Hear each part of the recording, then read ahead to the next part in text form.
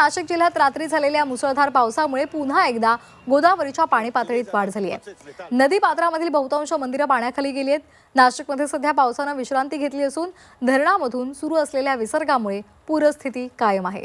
याचा आढावा घेतलाय आमचे प्रतिनिधी योगेश खरे यांनी। पाहूया।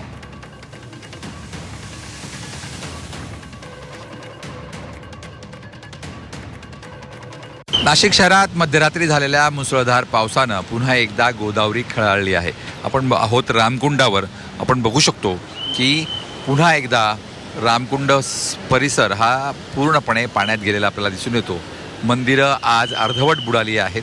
पहिल्या दिवशी ज्या पद्धतीनं पाण्याचा जोर आपल्याला पाहायला मिळाला तितकासा जोर जरी नसला तरी पुन्हा एकदा पावसानं गोदावरी आपल्याला खळाळलेली या ठिकाणी दिसून येते।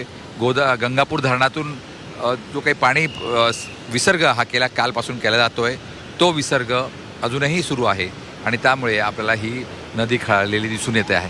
एकूणच जर बघितलं तर पावसामुळे सध्या नाशिक जिल्ह्यातल्या धरणांची स्थिती ही उत्तम झालेली आहे। एकूण 60 ते 65% दरम्यान गंगापूर धरण पोहोचलं आहे। तर दुसऱ्या बाजूला सरासरी आपण सर्व धरणांची बघितली तर ती मोठ्या प्रमाणात वाढलेली आहे। पाण्याचा विसर्ग विविध धरणांमधून केला जातोय आणि त्यामुळे सातत्यानं पाण्याचा विसर्ग हा जायकवाडीमध्ये होताना दिसतोय। त्यामुळे जायकवाडीमध्ये लवकरात लवकर यावेळेस जायकवाडी भरेल अशी अपेक्षा व्यक्त केली जाते। व्हिडिओ जर्नलिस्ट सोनू भिडेसह योगेश खरे, झी मीडिया, नाशिक।